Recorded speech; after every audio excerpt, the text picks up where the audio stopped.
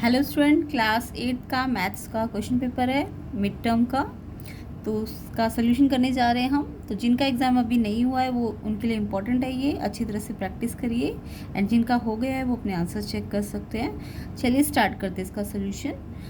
तो playlist section में ज़रूर चेक कर लेना, और भी PYQs हैं जो आपके एग्ज़ाम के पॉइंट ऑफ व्यू से बहुत इंपॉर्टेंट है, मिड टर्म के लिए भी एंड फाइनल एग्ज़ाम के लिए भी। चलिए स्टार्ट करते हैं क्वेश्चन नंबर 1 से। तो यहाँ पे which of the following rational number is the greatest, इन चारों रेशनल नंबर में से कौन सा ग्रेटेस्ट है। ग्रेटेस्ट जब भी चेक करना हो तो आपको पहले इनके डिनोमिनेटर सेम करने होते हैं, ठीक है। जब भी आपको चार रेशनल नंबर में से ग्रेटेस्ट मालूम करना हो, स्मॉलेस्ट मालूम करना हो, तो आपको इनके डिनोमिनेटर सेम करने पड़ेंगे और फिर आप पता लगाओगे कि ग्रेटेस्ट कौन सा है। तो चलिए कैसे करेंगे देखते हैं। तो सबसे पहले मेरे पास ये चार रेशनल नंबर्स है। अब मैं क्या करूँगी, 24, 16, 8 और 32 जो इनके डिनोमिनेटर्स है इनका एलसीएम लूँगी। तो एलसीएम लेना तो आई होप सबको आता ही होगा।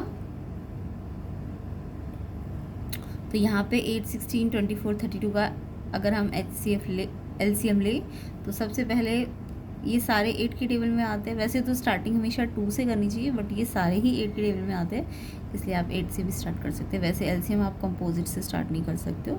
एक बार फिर से मैं आपको बता देती हूँ कैसे स्टार्ट करना। मैंने तो 8 से स्टार्ट कर दी क्योंकि ये सारे ही 8 में आ रहे हैं, बट स्टार्टिंग हमेशा हमें कंपोजिट नंबर से नहीं करनी चाहिए, प्राइम नंबर से करनी चाहिए, ठीक है। 2 से स्टार्ट करना था इसको। तो एक बार फिर से देख लेते हैं इसको।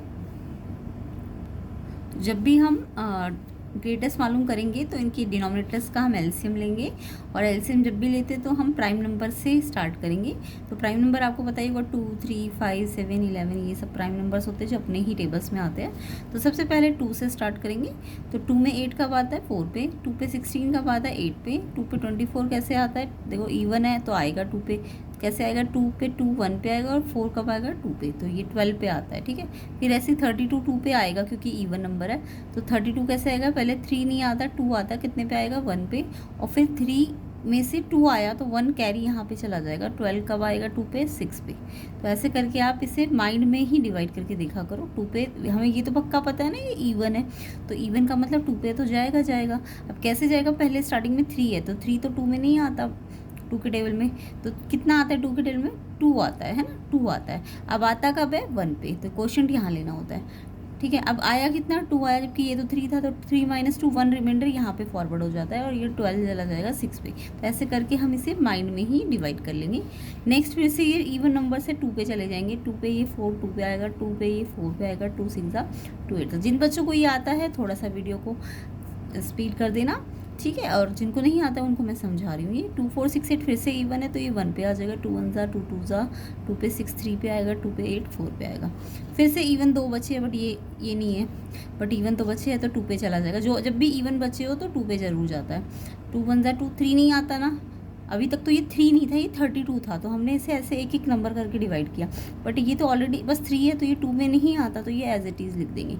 अब 4 कब आता है, 2 पे, 2 के टेबल में 2 पे आता है। फिर अब देखो ये दोनों ही प्राइम नंबर है तो ये अपने अपने टेबल पे जाएंगे। 2 पे ये 3 नहीं आता, और 2 1 2, और फिर लास्ट में 3 अपने ही टेबल पे चला जाएगा। अब इन सब का एलसीएम हमें ले लेना होता है। तो ये सारे जो नंबर्स आए हैं ना यहाँ पे, इन सबको मल्टीप्लाई करेंगे तो एलसीएम आ जाएगा। तो जिन बच्चों को एलसीएम बिल्कुल नहीं आता वो ये इसे समझ लीजिए, और जिनको आता है वो वीडियो को स्पीड तेज करके देख लीजिए।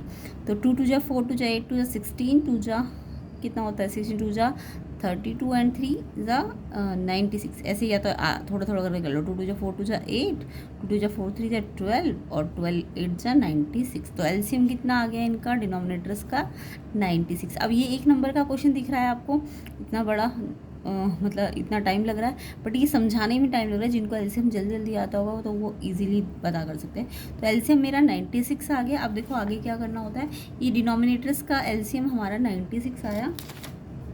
तो 96 हम पहले वाले अगर रेशनल नंबर को देखें -7/24 को, तो 24 ना इसका डिनोमिनेटर हमें लाना कितना है, 96। तो ये कब आएगा, जब हम 4 से मल्टीप्लाई करेंगे। डिनोमिनेटर को 96 लाना है क्योंकि एलसीएम 96 आया। तो ये इसका 24 में ये 96 कब आएगा, जब हम 4 से डिवाइड करेंगे। तो नीचे करेंगे तो ऐसे ऊपर भी करेंगे उसी नंबर को। तो नीचे हमें 96 लाना है डिनोमिनेटर, तो इसलिए हमने 4 से ऊपर नीचे मल्टीप्लाई कर दिया। सेम ऐसी जो सेकंड वाला रेशनल नंबर है -13/16, इसमें भी हम ऐसे करेंगे। यहाँ 16 है डिनोमिनेटर में, मुझे लाना 96 है ताकि डिनोमिनेटर सेम हो जाए, तो इसको 6 से ऊपर नीचे मल्टीप्लाई करेंगे एंड एक माइनस है लगा रहेगा। सेम ऐसी नेक्स्ट वाला भी करेंगे। 8 है तो 12 से मल्टीप्लाई करेंगे ऊपर नीचे, ये आ जाएगा। एंड 32 है तो ये 96 लाने के लिए 3 से ऊपर नीचे मल्टीप्लाई करना पड़ेगा, तो ये आ जाएगा। अब आपको क्या पूछा इन्होंने, ग्रेटेस्ट पूछा। अच्छा ध्यान से देखो, ये सारे नंबर नेगेटिव है ना, सारे नंबर नेगेटिव है। और नेगेटिव में ध्यान रखा करो, नेगेटिव नंबर में ग्रेटेस्ट हमेशा वो होता है जो सबसे छोटा होता है। जो सबसे छोटा दिख रहा होगा ना, स्मॉलेस्ट, वो ही ग्रेटेस्ट होता है, ठीक है। क्योंकि नेगेटिव में लेफ्ट हैंड साइड जब हमारा नंबर लाइन में जितने नंबर लेफ़्ट पे जाते जाएंगे, -1 -2 जो लेफ़्ट में नंबर आते जाएंगे ना, इधर वाले, जितना लेफ़्ट में जाएगा नंबर उतना क्या होता है, छोटा होता है। तो ये छोटा होगा, ये बड़ा होगा। तो और -3 से -4, तो वो -4 बड़ा छोटा होगा। यानी कि लेफ़्ट में जाते हुए नेगेटिव नंबर दिखते हुए तो बढ़ रहे हैं कि 1 2 3 4, बट वो नेगेटिव में जाते हुए, लेफ़्ट में जाते हुए छोटे हो रहे होते हैं। तो जब भी कोई नंबर लेफ़्ट में होता है तो वो छोटा होता है। तो यानी कि ये याद रखना, नेगेटिव नंबर में जो ग्रेटेस्ट नंबर है वो सबसे छोटा दिख रहा होगा। तो यहाँ पे सबसे छोटा कौन सा दिख रहा है आपको, ये -93 है, ये माइनस, अब तो डिनोमिनेटर सेम हो गए ना, तो बस ऊपर वाला देखो, ये -93, ये -84, ये -78, ये -28। तो सबसे छोटा कौन सा दिख रहा है, ये दिख रहा है ना, यानी ये ही सबसे बड़ा नंबर है। तो ये नंबर -28 सबसे बड़ा है, बट ये हमारा ओरिजिनल नंबर थोड़ा ना, ओरिजिनल नंबर तो हमारा ये है। तो यानी ये नंबर सबसे बड़ा है, ए ऑप्शन इसका आंसर है। तो ध्यान रखना, ग्रेटेस्ट पूछा था तो माइनस में है क्योंकि, तो स्मॉलेस्ट वाला ढूंढो। तो स्मॉलेस्ट वाला ये है ना, तो ये इससे आया है, तो ये हमारा ग्रेटेस्ट आ जाएगा। ऑप्शन ए इसका आंसर हो जाएगा। तो किस किस बच्चे को अच्छी तरह से समझ आ गया, मैंने डिटेल में समझा दिया। अगर जिन बच्चों को ये डिनोमिनेटर लेके एलसीएम वेलसीएम लेके करना आता है तो उनके लिए तो ईजी होगा। सेकेंड क्वेश्चन देखेंगे, the standard form of the sum. इसका अगर मैं सम करूं, देखो ये सारे रेशनल नंबर्स है, रेशनल नंबर का सम या जब भी माइनस करते हैं हम, तो उसके लिए हम एलसीएम लेंगे। जैसे भी सिखाया ना, इन सब के एलसीएम लिए थे, वैसे ही 4, 6 और 12 का हम एलसीएम लेंगे ताकि डिनोमिनेटर सेम हो जाए। और एक बार जब डिनोमिनेटर सेम हो जाएंगे तो इजीली हम ऊपर जो न्यूमरेटर्स है उनको इजीली क्या कर देंगे, प्लस माइनस कर देंगे। तो सबसे पहले आपको ये 4, 6 और 12 का एलसीएम लेना है। मैं एलसीएम बार बार नहीं बताऊँगी कैसे किया। तो ये एलसीएम लिया, इन सब नंबर्स को मल्टीप्लाई किया, तो मेरा एलसीएम आया 12, ठीक है। अब मेरे को क्या करना है, इस सब के डिनोमिनेटर में 12 लाना है, ठीक है। अब सोचो 4 में 12 कब आएगा, 4 में एलसीएम 12 है ना, कब आएगा, जब मैं 3 से मल्टीप्लाई करूँगी। तो 3 से इसको करूँगी तो ऊपर वाले को भी तो करूँगी, तो ऊपर वाले को, ये 3 है और यहाँ 3 से ही मल्टीप्लाई करना है। 4 में 12 कब आता है, 3 पे, तो ऊपर वाले को 3 से मल्टीप्लाई करना है। 6 में 12 कब आता है, 12 आता है। 6 में 12 कब आता है, 2 पे, तो 5 को किससे मल्टीप्लाई करना है, 2 से। एंड ऐसे 12 पे 12 कब आता है, 1 पे, तो ऊपर वाले 7 को किससे मल्टीप्लाई करना है, 1 से, ठीक है। ऐसे करना होता है। और नीचे तो सबके नीचे 12 आ जाएगा, तो वो एक बार लिखेंगे। अब ऊपर सॉल्व कर लो, 3 3 = 9, 5 2 = 10, पहले मल्टीप्लाई करो, है ना। एंड 7 1 = 7। देखो ये एक प्लस और एक माइनस है, तो इसलिए माइनस का साइन लगा दिया। अब पहले प्लस वालों को प्लस करो, 9 और 10 19, और माइनस का 7 अपॉन में 12। 19 - 7 क्या होता है, प्लस माइनस, माइनस करते हैं 12। और जो ग्रेटर नंबर है इसमें से ये नंबर बड़ा है, तो इसका साइन कैसा है, पॉजिटिव, तो इसका पॉजिटिव लगेगा। तो ध्यान से हमेशा करा करो, plus minus minus, sign greater का, ठीक है। अपॉन में 12 से 12 कट जाएगा, 1 आंसर आ जाएगा। तो आंसर ए ऑप्शन हो जाएगा। तो आई होप जब भी रेशनल नंबर आएंगे और उनके डिनोमिनेटर अगर सेम ना हो तो आप पहले डिनोमिनेटर का एलसीएम लोगे, ठीक है। फिर देखोगे इसमें ये कब कब आता है, जैसे इसमें किया था हमने वैसे ही आपको यहाँ भी करना होगा, ठीक है। तो 12 आता है 3 पे, तो ऊपर 3 से मल्टीप्लाई, 6 पे 12 2 पे आता है तो इसको 2 से मल्टीप्लाई करो, 12 पे 12 1 पे आता है तो इसको 1 से करो। फिर तो कैलकुलेशंस आपको करनी आती होगी। तो 1 आंसर आ जाएगा। ऑप्शन कौन सा है इसका, ए ऑप्शन इसका आंसर हो जाएगा। तो आई होप जब भी रेशनल नंबर हो उन्हें कैसे आपको प्लस माइनस करना है ये समझ आ गया होगा। नेक्स्ट क्वेश्चन पे आते हैं, थर्ड क्वेश्चन। यहाँ पे भी सारे रेशनल नंबर्स ही है और आपको बोला है कि मल्टीप्लिकेशन डिस्ट्रीब्यूटिव होता है ओवर। तो ये जो प्रॉपर्टी दी है इन्होंने बोला कि ये कौन सी प्रॉपर्टी है, डिस्ट्रीब्यूटिव तो है, हमें दिख रहा है कि 3/4 पहले ब्रैकेट के बाहर था और अंदर 2 नंबर माइनस में थे, और फिर हमने क्या करा 3/4 को पहले हाफ से मल्टीप्लाई किया, फिर जो माइनस है वो एज इट इज़ रहा, फिर 3/4 को 1/4 से किया। तो ये तो हमें पक्का पता है डिस्ट्रीब्यूटिव है और मल्टीप्लिकेशन ऑफ डिस्ट्रीब्यूटिव है। बट ये एडिशन वाली है, सब्ट्रैक्शन वाली है, मल्टीप्लिकेशन वाली है कि डिवीजन वाली। तो देखो अंदर जिसका साइन होता है ना, ब्रैकेट के अंदर जो साइन होता है माइनस का साइन है ना, तो यहाँ भी माइनस का साइन आया है, तो यानी कि ये सब्ट्रैक्शन वाला डिस्ट्रीब्यूटिव है। ठीक है, तो सब्ट्रैक्शन इसका आंसर है, ऑप्शन बी सब्ट्रैक्शन इसका आंसर है।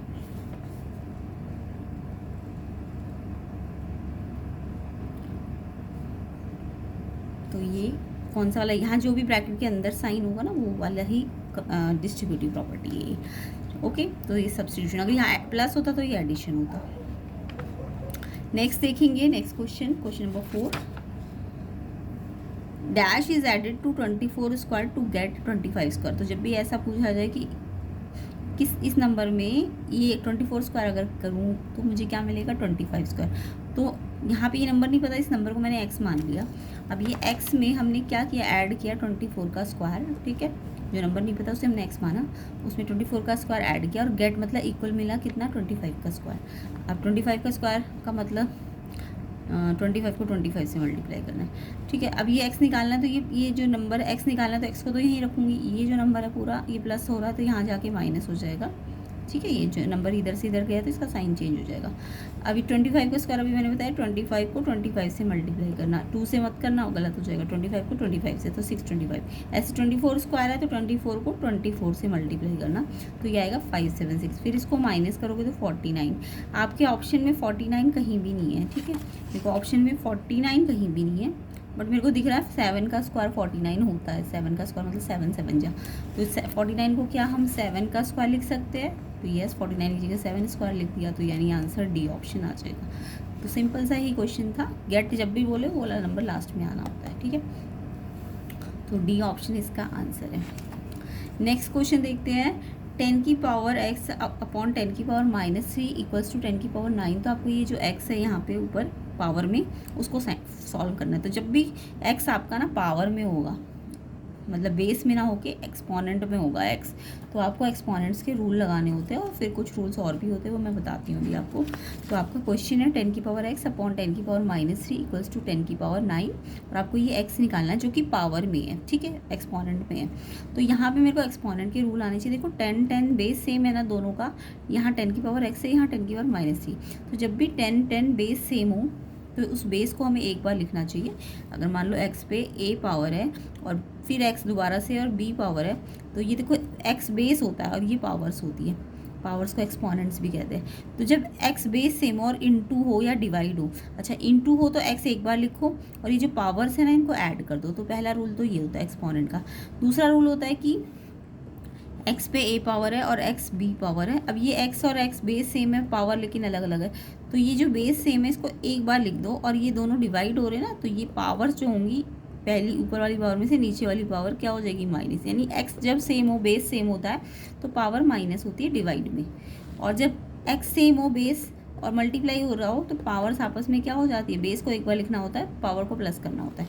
अब यहाँ भी आपको ये दिख रहा है 10 बेस इसका भी है और 10 बेस इसका भी है, बेस दोनों के सेम है तो एक बार लिख दिया, और इसकी पावर x है और इसकी पावर कितनी है -3 है। अब मैंने आपको क्या बताया कि जब बेस सेम हो तो एक बार लिखना चाहिए, और ये जो पावर है या तो ये प्लस होती, प्लस कब होती जब ये मल्टीप्लाई हो रहा हो, बट यहाँ तो ये डिवाइड हो रहा है तो ये पावर इस पावर से माइनस हो जाएगी। तो पहले ये पावर लिखो, फिर माइनस लगाओ, फिर ये भी क्योंकि माइनस में है तो इसका भी माइनस अलग से लगाओ, पहले x फिर माइनस ये वाला, और फिर b वाला ये जो नंबर है ये भी ऑलरेडी माइनस में है।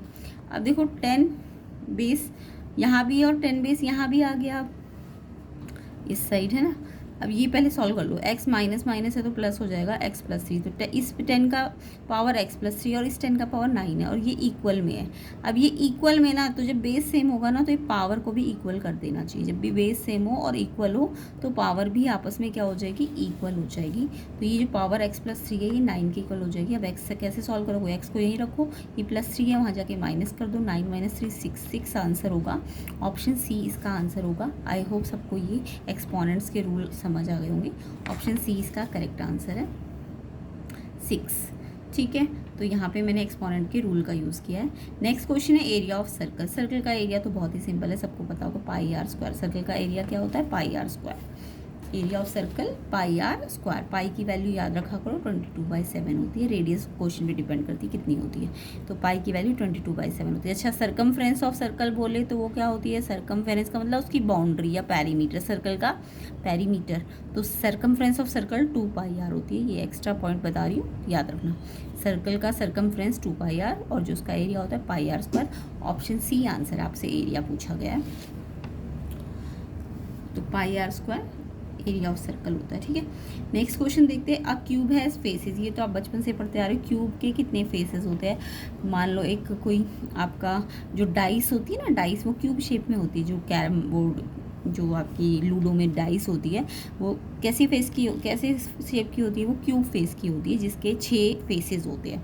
तो 6 नंबर होते हैं ना उनमें, हर फेस में 1 नंबर, 2 नंबर, 3 नंबर, 4 नंबर। तो कितने फेसेस, कितने नंबर होते हैं उसके अंदर? 6 नंबर होते हैं, यानी 6 फेस होती है।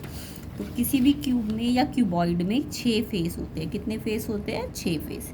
क्यूब में भी 6 फेस होते हैं, और क्यूबॉइड जैसे आपके घरों की जो कमरे होते हैं क्यूबॉइड शेप में होते हैं, तो उनमें भी कितने फेस होते हैं? 6 फेस होते हैं। 4 वॉल्स में होते हैं, एक रूफ होती है और एक आपका फ्लोर होता है। ठीक है, 4 क्या होती है? वॉल्स होती है ना, एक रूफ होती है और एक क्या होता है? फर्श होता है ना, फ्लोर।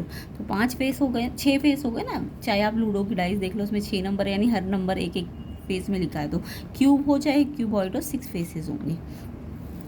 6 फेसेस होंगे, याद रखना 6 फेसेस होंगे उसके अंदर। और उसके अंदर जो वर्टेक्स होंगे या कॉर्नर्स होंगे, कॉर्नर या वर्टेक्स कह लो वी, ये कितने होंगे? वर्टेक्स 4 ऊपर होते हैं और 4 नीचे होते हैं। 8 कॉर्नर्स होते हैं। और इसके अलावा एजेस की बात करूं, एजेस मतलब उसके साइड्स। वर्टेक्स तो उसके 8 होते हैं। एजेस कितनी होती है किसी भी क्यूब के अंदर? वो होती है आपकी 4 तो नीचे, 4 ऊपर और 4 कॉर्नर्स में 12 एजेस होती है। ठीक है, फेस 6 होते हैं, वर्टेक्स 8 होते हैं और एजेस इसकी कितनी होती है? 12 होती है। तो ये आपको याद रखना है, चाहे क्यूब हो चाहे क्यूबॉइड हो। ठीक है, नेक्स्ट क्वेश्चन पे आते हैं। तो इसका आंसर 6 है, ए ऑप्शन। चलिए नेक्स्ट क्वेश्चन देखते हैं। क्वेश्चन नंबर 8, कंपेयर करना है 3/4 एंड 5/6 को। 3/4 और 5/6 फिर से कंपेयर का मतलब बड़ा और छोटा, स्मॉलेस्ट कौन सा और ग्रेटेस्ट कौन सा है। तो मैंने आपको बोला था जब भी रेशनल नंबर दिखे उसमें अगर कंपेयर करना हो, यानी ग्रेटर कौन है स्मॉलर कौन है, तो आपको इनकी डिनोमिनेटर सेम करनी चाहिए। रेशनल नंबर में डिनोमिनेटर सेम करके ही आप पता कर पाओगे कि कौन सा नंबर बड़ा है कौन सा छोटा है। तो आपने क्या करना है, इनके डिनोमिनेटर 4 और 6 जो है इनका एलसीएम लेना है। फिर से वही 4 और 6 का एलसीएम लो। अब तो आ गया होगा 2 से पहले ये 2 पे जाएगा, फिर ये 2 पे ये 4 कब आता है 2 पे, और 6 कब आता है 3 पे। अब ये 2 पे जाएगा बट 3 तो आता नहीं है, तो एज इट इज़ फिर 3 पे जाएगा। 2 2 जब 4 तो ये 12, एलसीएम कितना आया 12। अब आप क्या करोगे, ये 3/4 को यहाँ लिखोगे। अब देखो 4 है और लगाना कितना है 12, तो इसको ऊपर नीचे 3 से मल्टीप्लाई कर दो, डिनोमिनेटर 12 आ गया। सेम ऐसी ये 5/6 है, इसको भी 6 को 12 बनाना है तो 2 से ऊपर नीचे मल्टीप्लाई करना पड़ेगा ताकि ये 12 बन जाए ना डिनोमिनेटर। तो 5 2 10/12। अब आप कंपेयर कर सकते हो, 9/12 बड़ा है कि 10/12। 9/10 की 10/12, 10/12 बड़ा होता है ना। तो ये ओरिजिनल नंबर नहीं है, ओरिजिनल नंबर तो मेरा ये था ना। तो ये नंबर जो है इस नंबर से क्या होगा, ग्रेटर होगा। ऐसे ही कंपेयर करना है। ठीक है, एक और तरीका होता है कंपेयर करने का। 3/4 और 5/6 में ना ऐसे क्या करो, ऐसे क्रॉस कर दिया करो।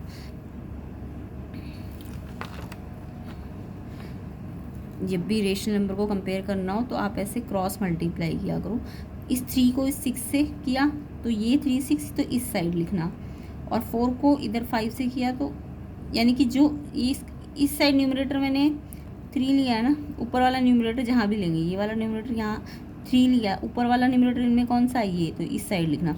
और यहाँ ऊपर वाला जो नंबर है वो कौन सा, ये है ना, ये तो नीचे वाला है, तो ये ऊपर वाला नंबर की साइड ही ये लिखना पड़ेगा। तो ये 4 5 20 हो गया और ये 3 6 18 हो गया। अब आप बताओ कि ये 20 बड़ा है कि 18 बड़ा है।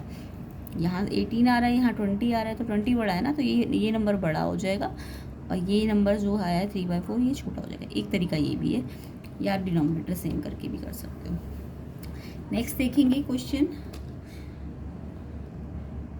तो तो ये कंपेयर वाला क्वेश्चन हमने कर लिया है। नेक्स्ट क्वेश्चन है फाइंड द सम। तो अब फिर से रेशनल नंबर है उनका सम निकालना है। फिर से आपको इतनी बार बता दिया मैंने क्या करना है। सबसे पहले जब भी रेशनल नंबर का हमको सम करना हो तो डायरेक्ट ऐसे प्लस मत कर देना, कहीं आप करो कि 7 को 5 से प्लस कर देते हैं और 5 को 7 से कर देते हैं, नहीं, ये गलत हो जाएगा। आपको डिनोमिनेटर को सेम करना पड़ेगा। रेशनल नंबर को जब भी प्लस या माइनस करना होता है तो इनकी डिनोमिनेटर्स को सेम करना होता है, ये याद रखना। जब भी रेशनल नंबर्स को क्या करना होगा, प्लस या माइनस करना होगा, तो इनकी डिनोमिनेटर्स को क्या करना पड़ता है, सेम करना पड़ता है। तो इसका डिनोमिनेटर सेम करने के लिए हमको एलसीएम लेना पड़ता है। तो 5 और 7 का एलसीएम लो तो 35 आ जाएगा। लेके देख लेना, 5 और 7 दोनों ही प्राइम नंबर्स है। 5 अपने ही टेबल में जाएगा और 7 अपने ही टेबल में जाएगा, तो 35 इसका एलसीएम आ जाएगा। अब जब एलसीएम आ जाए तो मैंने क्या सिखाया आपको, आप ये देखो इसके डिनोमिनेटर में कितना है, 5 है, जबकि बनाना कितना है, 35। तो 5 में 35 कब आता है, 7 पे, तो ऊपर नीचे 7 से मल्टीप्लाई किया, तो यहाँ भी हमने 7 से मल्टीप्लाई किया, तो ये 49 बन जाएगा। अब ये 7 और यहाँ 35 बनाना है, तो 7 में 35 बनाने के लिए 5 से मल्टीप्लाई करना पड़ेगा, तो ऊपर वाले को भी 5 से मल्टीप्लाई करना पड़ेगा। तो ये 7 7 जा 49 और 5 5 जा 25 आपस में अब ऐड कर दो, तो 49 25 को ऐड किया 74 हो जाएगा अपॉन 35, ये आंसर है इसका। तो जब भी आपको रेशनल नंबर को प्लस करना होगा, डायरेक्ट प्लस मत करना, एलसीएम लेके प्लस करना होता है, ठीक है। तो ये आपका आंसर है। चलिए नेक्स्ट क्वेश्चन पे आते हैं। इवेल्युएट करना है 9/132 मल्टीप्लाई -11/3। अब आपको दिख रहा है ये भी एक रेशनल नंबर है और ये भी एक रेशनल नंबर है। अब दोनों रेशनल नंबर को मुझे मल्टीप्लाई करना है, तो जब भी रेशनल नंबर्स को प्लस माइनस करना है तब तो एलसीएम लेके करना चाहिए, बट अगर मल्टीप्लाई करना है तो बहुत ही सिंपल है।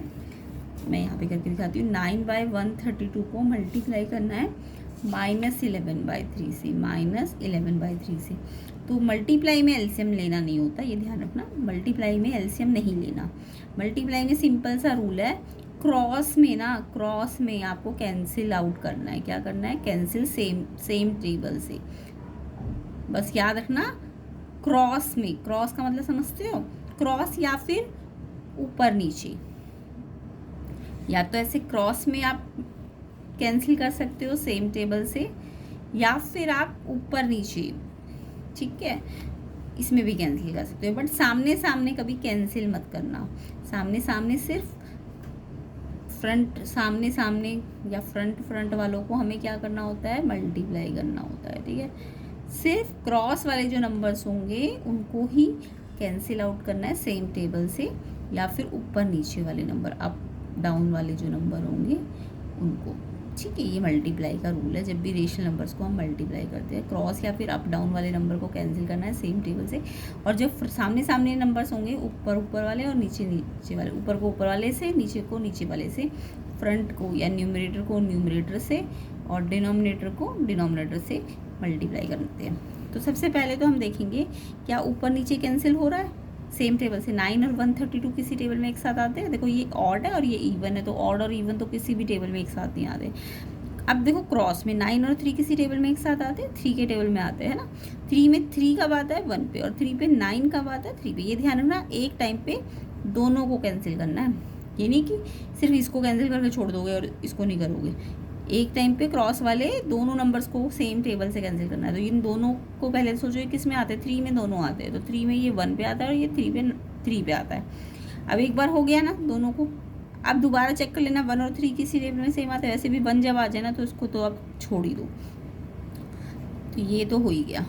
अब 11 और 132 को देखो एक दूसरे के टेबल से डिवाइड हो जाएंगे। 11 1 पे आता है, 11 पे, और ये भी 11 से डिवाइड हो जाएगा। देखो शॉर्ट में डिवाइड क्या करो, 11 में 1 नहीं आता, 13 भी नहीं आता, बट 11 आता है। कब आता है, 1 पे, है ना। अब 13 में से 11 को माइनस करो, कैरी कितना गया, 13 - 11 2, तो 2 का मतलब ये 22 बन जाएगा। और 22 कब आएगा, 2 पे, तो ये 11 पे, ये कब आता है, 12 पे। तो इसको डिवाइड भी चेक कर लेना आप, चेक करके, बट ये माइंड में डिवाइड कर लिया करो। तो 12 पे आता है।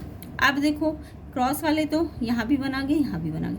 अब देखो क्या ऊपर नीचे वाले कैंसिल हो सकते हैं, यस हो सकते हैं। अच्छा ऐसा भी नहीं है कोई इवन और ऑड आपस में कट नहीं सकता। 3 के टेबल में इवन भी आता है और ऑड भी आता है, तो 3 में जनरली इवन और ऑड एक साथ कैंसिल हो जाते हैं। तो इसलिए ये 3 से कट सकता था, पहले भी काट सकते थे आप इसे। अब ये 3 पे 3 1 जहाँ पे आएगा और ये 3 पे 12 कब आएगा 4 पे। मैंने क्या कहा है, ऊपर नीचे भी आप कैंसिल कर सकते हो, बट ये ध्यान रखना अगर इसको कैंसिल किया है तो इसको भी पक्का उसी टाइम कैंसिल करना है सेम टेबल से। जैसे मैंने एक बार इन दोनों को किया ना, दोनों को किया, फिर एक बार इन दोनों को किया, ये नहीं कि एक को ही बार बार करते जाओगे, एक टाइम पे दोनों को करना होता है। फिर ऐसे ही अब इन दोनों को कर दिया एक टाइम पे, ये 3 1 जा पे, ये 4 पे। आप देखो 1 1 जो सामने सामने इनको मैंने क्या कहा, मल्टीप्लाई कर दो। तो 1 को तो 1 से मल्टीप्लाई करो, 1 आएगा, और डिनोमिनेटर को डिनोमिनेटर से मल्टीप्लाई करो, तो आंसर आपका 1/4 आएगा। नेगेटिव भी है तो यहाँ पे नेगेटिव साइन आ जाएगा। तो ये आंसर है। आई होप सबको ये समझ आ गया होगा कैसे हम कोई भी रेशनल नंबर्स को मल्टीप्लाई करते हैं, रूल आपको समझ आ गया होगा। ये आंसर है। नेक्स्ट क्वेश्चन पे आते हैं। किसी को अगर आता है तो आप इसे जल्दी जल्दी देख लीजिए, बाकी जिनको नहीं आता है उनको मैं डिटेल समझा रही हूँ। नेक्स्ट क्वेश्चन नंबर 11 देखेंगे। एग्जामिन करना है 190 क्या एक परफेक्ट स्क्वायर है। तो 190 परफेक्ट स्क्वायर चेक करने के लिए वैसे तो सिंपल सा रूल है कि अगर एक ज़ीरो दिखे लास्ट में, अगर एक ज़ीरो दिखे तो वो परफेक्ट स्क्वायर नहीं होता। तो हम बोलेंगे 190 में सिंगल ज़ीरो है, इसके यूनिट प्लेस में एक ही ज़ीरो है, इसलिए ये एक परफेक्ट स्क्वायर नहीं है। ये तो सिंपल सा। अदरवाइज़ आप क्या करो, इसके ना प्राइम फैक्टर कर लो, वैसे ही जैसे मैंने बताया 192 पे जाएगा, 95 पे, फिर 5 पे चला जाएगा, 90 पे, फिर 19 अपने टेबल में आएगा 1 पे। तो ये 2 5 19 इसके प्राइम फैक्टर्स आ जाएंगे। और फिर आप देखो सारे नंबर एक एक बार आए हैं। जब भी सारे नंबर एक एक बार आए यानी पेयर में नहीं आ रहे हैं, जैसे 2 अगर पेयर में आ जाता ना, और 5 भी पेयर में आ जाता, और 9 भी पेयर में आ जाता, 19 तारुष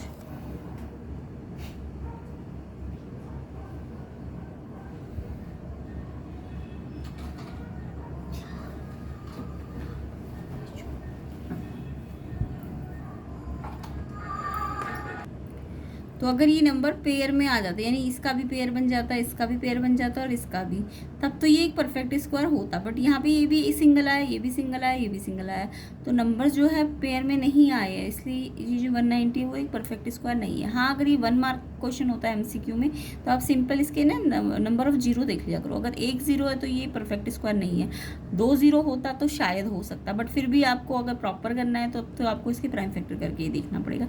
सिर्फ 2 0 का मतलब भी ये नहीं होता कि वो परफेक्ट स्क्वायर हो।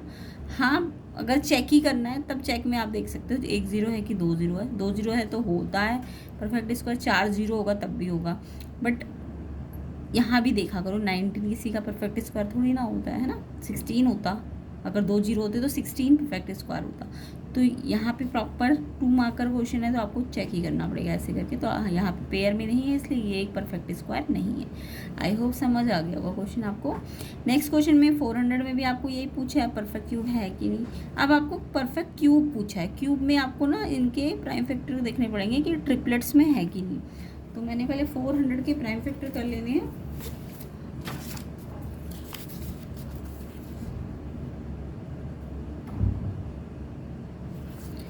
तो 400 के हमने क्या करे, प्राइम फैक्टर्स करे। प्राइम फैक्टर करना सबको आ गया होगा। पहले ये 2 पे जाएगा, 2 2 जा और 2 0, फिर 2 पे 1 पे 0 0, फिर 2 पे 2 5 जा 10, ये 10 पूरा आ गया तो एक ही 0 बची। फिर 2 पे 5 नहीं आता, कितना आता है 4 आता है, 2 पे आता है ना, फिर 1 कैरी गया 10, तो 10 कब आएगा 5 पे। अब ये 25 5 पे चला जाएगा, फिर 5 1 पे चला जाएगा। तो ये सब इसके क्या है, प्राइम फैक्टर है 2 2 2 2 5 5। अब ये देखो इस 2 के तो मैंने क्या कहा, क्यूब में क्या देखनी होती है, क्यूब में आपको पेयर नहीं देखना, ट्रिपलेट्स देखनी है। क्या देखनी है, ट्रिपलेट्स। ट्रिपलेट का मतलब कोई भी नंबर 3 बार होना चाहिए। तो ये नंबर तो है 3 बार, बट ये वाला 2 एक ही बार है, ये वाला 5 2 बार है, तो ट्रिपलेट्स में होनी चाहिए हर एक नंबर। तो हम बोलेंगे नंबर्स जैसे 2 और जो 5 है वो ट्रिपलेट में नहीं है, are not in triplets, are not in triplets. तो हैंस 400 जो है परफेक्ट क्या नहीं है, क्यूब नहीं है, not a is not a perfect cube. अगर स्क्वायर बोलते तो ये पेयर में होते, पेयर में है ना ये सारे, ये भी पेयर में, ये भी पेयर में, ये भी, तो स्क्वायर तो होता ही परफेक्ट। बट क्योंकि इसमें ट्रिपलेट्स देखनी है तो ये तो है ट्रिपलेट में, बट इसकी भी ट्रिपलेट नहीं है, इसकी भी ट्रिपलेट नहीं है, तो ट्रिपलेट में नहीं है, इसलिए ये क्यूब नहीं है परफेक्ट। स्क्वायर होता बट क्यूब नहीं है, ठीक है। वैसे ये क्वेश्चन करना था आपको। नेक्स्ट क्वेश्चन को देखते हैं। यहाँ पे आपको इसको फाइंड द वैल्यू का मतलब इसकी वैल्यू फाइंड करनी है। अब देखो वही एक्सपोनेंट्स के रूल आ गए अभी जो मैंने थोड़ी देर पहले आपको समझाए थे। यहाँ पे आपको क्या दिख रहा है, 3 बेस है, इसमें भी 3 बेस है और यहाँ भी 3 बेस है, और ये पावर 2 है और ये -2 पावर है। अब मैंने आपको क्या रूल बताया, जो बेस अगर सेम हो तो बेस को एक ही बार लिखना चाहिए, और ये पहली ऊपर वाली पावर में से नीचे वाली पावर क्या होती है, माइनस। अब ये माइनस तो मैंने फॉर्मूले का लगाया और इस पर भी एक माइनस है, तो ये अलग से लगाना पड़ेगा। तो बेस को एक बार लिखो, पावर्स को क्या करोगे, माइनस। क्यों करोगे माइनस, क्योंकि ये डिवाइड में है, मल्टीप्लाई में होते तो प्लस करते, बट यहाँ माइनस करना पड़ेगा। अब माइनस ये फॉर्मूले का और इस पर भी एक माइनस है, इसलिए लगाया अलग से। अब 2 माइनस माइनस प्लस हो जाएंगे, 2 और 2 4। अब 3 की पावर 4 का मतलब ये मत करना 3 4 या 12 गलत हो जाएगा।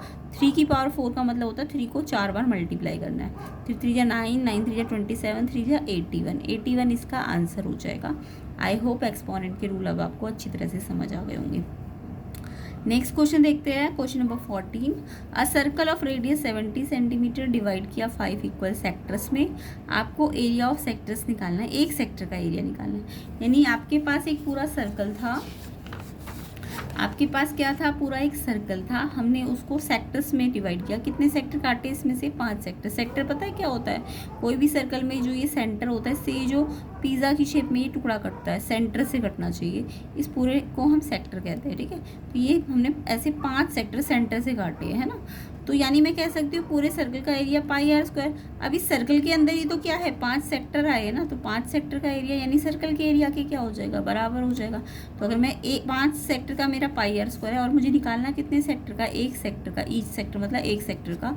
तो जब भी 5 का बताओ और 1 का निकालना हो तो क्या करना चाहिए, डिवाइड करते हैं। जब भी 1 का निकालते हैं डिवाइड करते, तो 5 से 1 का निकालना, तो इस 5 से आप इस πr² को डिवाइड करोगे, यानी 5 तो 5 था, तो अभी ये डिवाइड का मतलब 1/5 बन जाएगा।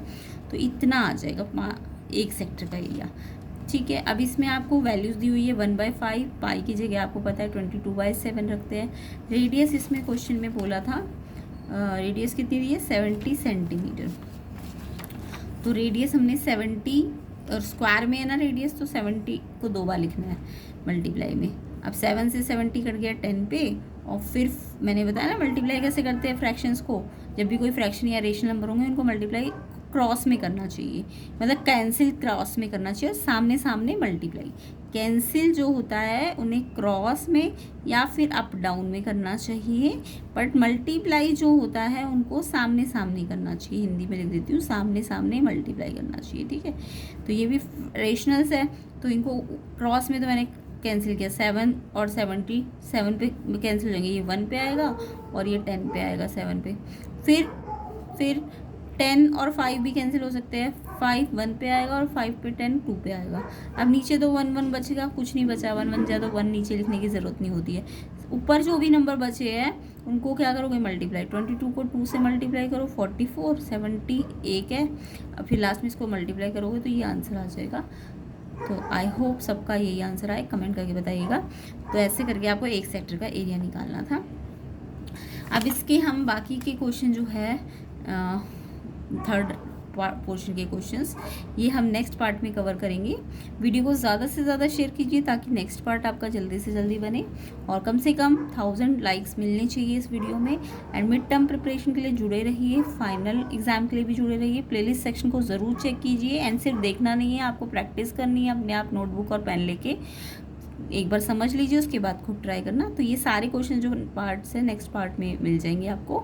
वीडियो को ज़्यादा से ज़्यादा शेयर कीजिए, लाइक कीजिए, चैनल में नए हो तो सब्सक्राइब ज़रूर करके जाना।